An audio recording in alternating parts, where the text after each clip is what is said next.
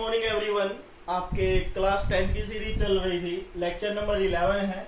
Last lecture में आपने किया होगा, न्यूमेरिकल्स किए थे, मैंने एक्सरसाइज के 4 न्यूमेरिकल्स किए थे, ठीक है ना, ताकि आपको पता चलता रहे आपने अब तक क्या किया है। तो नेक्स्ट टॉपिक है आपका इलेक्ट्रिक पावर। इलेक्ट्रिक पावर क्या होती है? इलेक्ट्रिक पावर होती है, electric power is electrical work done per unit time. Electrical power को आप पी से डिनोट करोगे तो इलेक्ट्रिक पावर क्या होगी?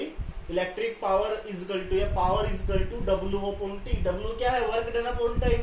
तो ये आपका मैथमेटिकली हो जाएगा P is equal to W upon T. इसको इक्वेशन फर्स्ट मान लेंगे। अब ऐसा यूनिट क्या होगी पावर की? पावर को किससे मेजर करते हैं? वाट से।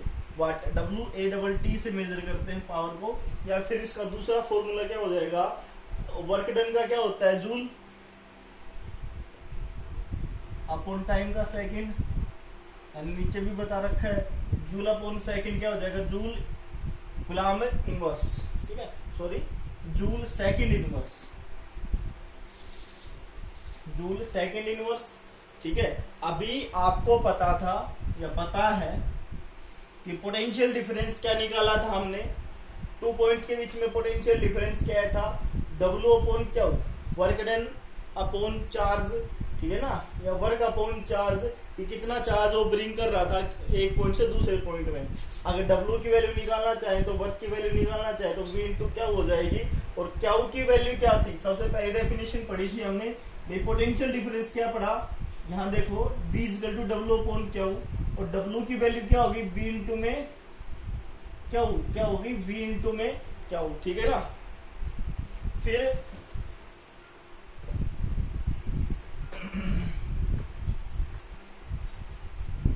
फिर हमने क्या किया?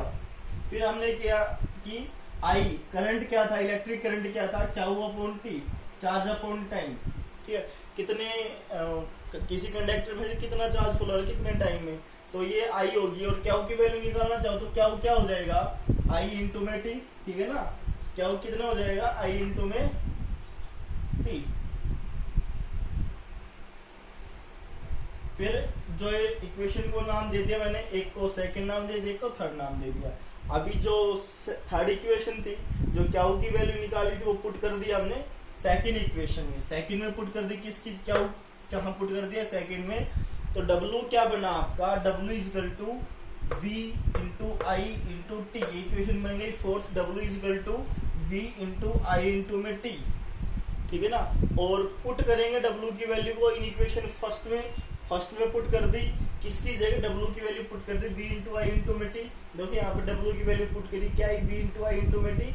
टी से टी कैंसिल हो गया, बचा क्या? V इजकल टू आई, ठीक है, sorry power is equal to VI, ये बचा आपके पास। अभी हम पावर की वैल्यू और निकालेंगे, अलग अलग फंक्शन में पावर की वैल्यू और फाइंड आउट करेंगे। भाई P इजकल टू V आ गई है, ये फर्स्ट कंडीशन आ गई आपकी पावर की। और एक दूसरी कंडीशन ये थी जो सबसे पहले निकाली थी, दो। अभी और फॉर्मूला निकालेंगे जिसके बेस पे हम न्यूमेरिकल भी करेंगे। तो आपको पता है V क्या होता है? IR। V क्या होता है? IR। और V की वैल्यू पुट कर देंगे कहाँ? V की वैल्यू पुट कहाँ करेंगे? V की वैल्यू को पुट कर देंगे इक्वेशन नंबर 5 में। तो V की वैल्यू पुट करेंगे, एक I तो पहले से ही था, एक I और आ जाए तो क्या बन जाएगा? I स्क्वायर, और R साथ में आ जाएगा। एक फॉर्मूला ये बन गया आपका। टोटल पावर से रिलेटेड फॉर्मूले कितने हो गए हैं? 3 फॉर्मूले हो गए हैं। कितने फॉर्मूले हो गए? 3 फॉर्मूले हो गए हैं, ठीक है। अभी पावर से रिलेटेड एक न्यूमेरिकल फॉर्मूला हम और निकालेंगे। तो आपके पास V इजकल टू IR था। अगर I की वैल्यू निकालो तो क्या बनेगा? V अपॉन R, क्या बनेगा? V upon R। तो I की वैल्यू को स्क्वायर करके पुट कर सकता हूँ, क्या? I square is equal to V square by R square. Put कर देंगे वैल्यू I स्क्वायर की जगह, तो क्या हो जाएगी? V square by R square.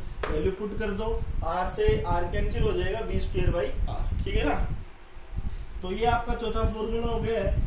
ये 4 फॉर्मूले जिनके किसी भी बेस पे हम न्यूमेरिकल करेंगे, ठीक है ना, मीन्स क्वेश्चन करेंगे तो इनमें से एक फॉर्मूला उस क्वेश्चन में पावर से रिलेटेड पक्का लगेगा, ठीक है।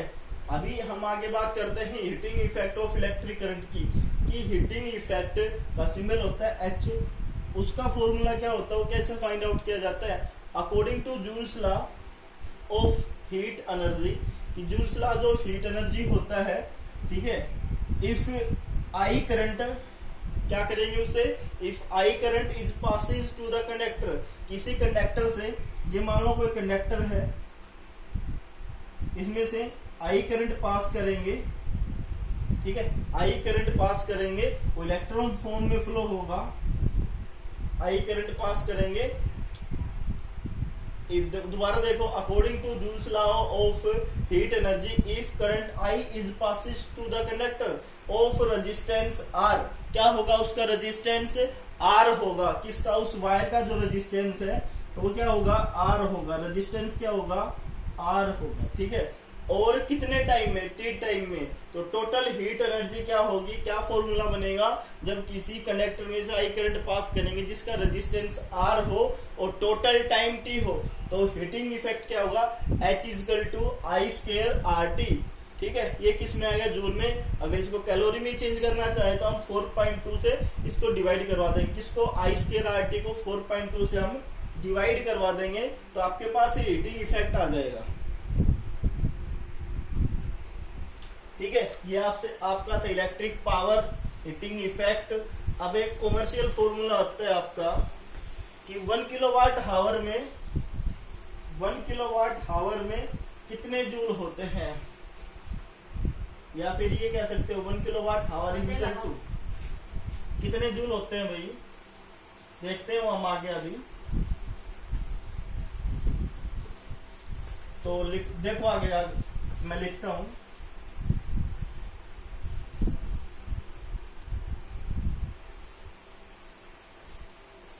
देखो आपको पता है कि 1 किलो वाट हावर,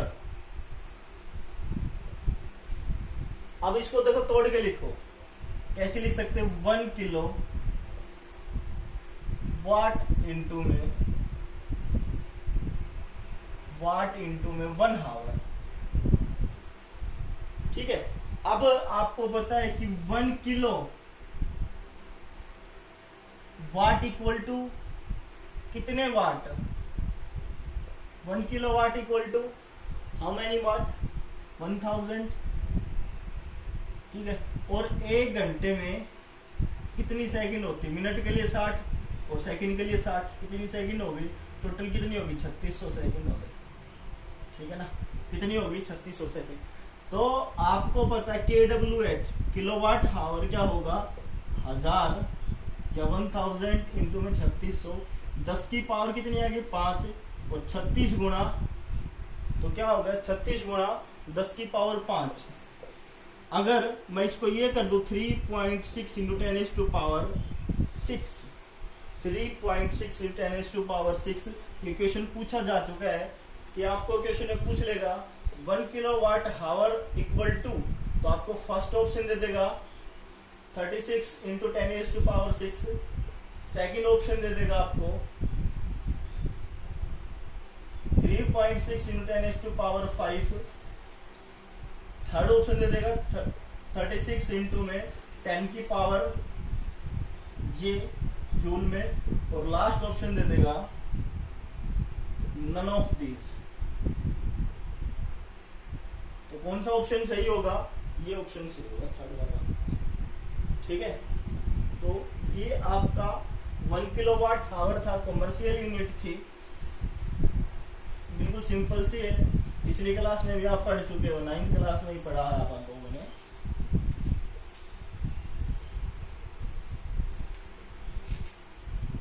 ठीक है,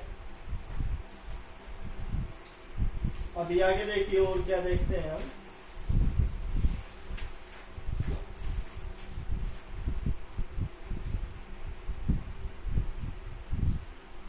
चलो आज के लिए इतना ही कर लेते हैं। अब इसका एक टॉपिक और बच गया है कि इसकी एप्लीकेशन क्या क्या होती है, किसकी हीटिंग इफेक्ट की प्रैक्टिकल एप्लीकेशन क्या क्या होती है, फ्यूज वायर कैसे बनता है, कि जो आपका जो बल्ब होता है उसका फिलामेंट किससे बना हुआ होता है, उसका टेम्परेचर कितना होता है, ठीक है ना, और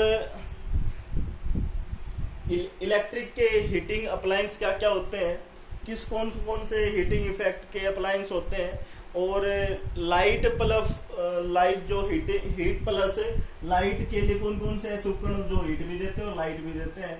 तो इस प्रकार के एप्लीकेशन हम नेक्स्ट लेक्चर में पढ़ेंगे और नेक्स्ट जब भी वीडियो आएगी इस चैप्टर को कंप्लीट कर लेंगे। बस आज के लिए इतना ही। Thank you for have a nice day.